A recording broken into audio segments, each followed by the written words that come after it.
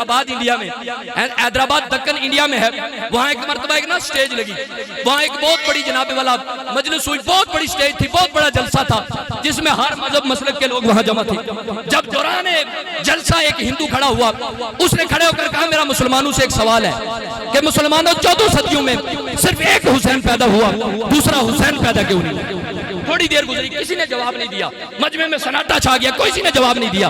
تھوڑی دیر کے بعد اس نے پھر میک تھاما اور اس نے کہا مجمع والوں میں نے تم سے پہلے بھی پوچھا، اب پھر یہ میرا سوال ہے، 14 صدیوں میں صرف ایک حسین آیا، دوسرا حسین کیوں نہیں آیا؟ مجمع پھر سناٹا، مجمع میں کوئی بول نہیں رہا۔ تیسری مرتبہ اس نے پھر میک تھاما، کہا مسلمانوں میں نے 2 مرتبہ تم سے پوچھا کہ 14 صدیوں میں صرف ایک حسین آیا، دوسرا حسین کیوں نہیں آیا؟ مجمع میں سناٹا تھا کہ پیچھے سے ایک بزرگ نکلے، ہاتھ میں لاٹھی تو پکڑی ہوئی تھی، سٹیج پر آئے، کہا کسی نے سوال کیا اور بار بار سوال کیا کہ 14 صدیوں میں ایک حسین پیدا ہوا، دوسرا حسین پیدا کیوں نہیں آیا؟ میں اس کا جواب دینے کے لیے آیا ہوں کہ 14 صدیوں میں صرف ایک حسین آیا، دوسرا حسین اس لیے نہیں آیا کہ اب علی جیسا باپ نہیں رہا، فاطمہ جیسی ماں نہیں رہا۔ آج کا باپ جناب والا دین کے حملے ہوں اور گھر بیٹھ کر اپنی پارٹی کی سیاست کرے، اس کا بیٹا حسین جیسا نہیں ہو سکتا۔